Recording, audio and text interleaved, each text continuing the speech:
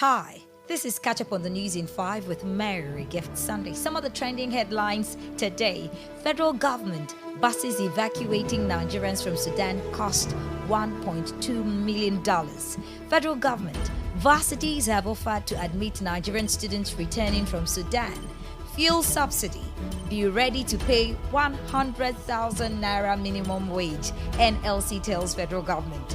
Subsidy removal, marketers in limbo over implementation, $15.15 billion FX demand for fuel importation.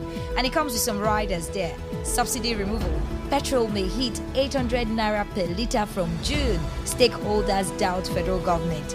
Ipman says Buhari yet to honor palliative agreement for CNG LPG. Governors to meet Buhari on new revenue formula presentation to National Assembly. Supreme Court okays federal government's request to file more grounds in appeal against Nnamdi Kanu. Now let's talk a bit of politics. Election petition. Atiku, Obi attack INEC. UK Prime Minister writes Tinubu ahead of inauguration, says, I look forward to working with you. Wike, Tinubu will visit Rivers for project inauguration May 3rd. Let's take a look at the business and economic scene. Tomato scarcity looms as farmers lose 1.3 billion naira, 300 hectares to Ebola. They are cheaper. DMO says Nigeria is reducing debt service cost by accessing World Bank loans. Tony Elumelu, Otedola is my brother. I look forward to working with him at Transcorp. Now on the foreign scene, Sudan conflict. Renewed clashes raise fears ceasefire will not be extended. British nationals should leave Sudan immediately, says Foreign Secretary. India evacuates hundreds of citizens from Sudan. Donald Trump raped me, accuser tells court. Portugal should apologize for role in slave trade, says its president Marcelo Rebelo de Sousa. He makes rare acknowledgement of centuries of forced transportation of millions of Africans. Venezuelan opposition leader Juan Guaido ejected from Colombia. EU firms accused of abhorrent export of banned pesticides to Brazil. And now talking a bit of entertainment. Most contemporary relationships solely about gains. And this is Rema speaking here. Now let's take a look at the world of sports. Arsenal suffered but must look at the bigger picture after Man City thrashing, insists Mikel Arteta. UFC champion Israel Adesanya reveals he suffered serious injury 2 weeks before KO win. Health and welfare concerns raised over early collapse for Women's World Cup. Pep Guardiola unleashes Man City's greatest threat, and it's not Erling Haaland. And now finally from the world of sports, Aaron Ramsdale says Arsenal are not giving up on their title dream. Let's take a look at this before we get to call it wraps. Buses evacuating Nigerians from Sudan cost $1.2 million.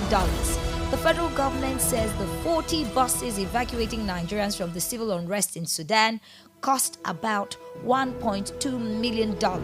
Geoffrey Onyama, Minister of Foreign Affairs, said the high cost of the evacuation was to provide security cover for the Nigerians' journey to the Egyptian borders. Track the rest of that story from the papers. We also have here, varsities have offered to admit Nigerian students returning from Sudan. Abike Dabiri Erawa, chairperson of the Nigerians in Diaspora Commission, says universities in the country have made offers to admit Nigerian students returning from Sudan. You can also track that from the papers. This very interesting one, fuel subsidy. Be ready to pay 100,000 naira minimum wage, NLC tells federal government. The Nigeria Labour Congress has said the plans of the federal government to remove the contentious fuel subsidy would be an open invitation to social and economic crisis in Nigeria.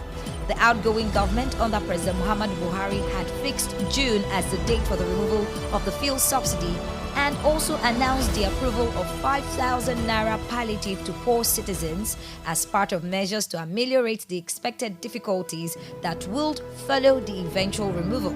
But the NLC explained that the incoming administration of Bola Tinubu must tread with caution on the subsidy policy.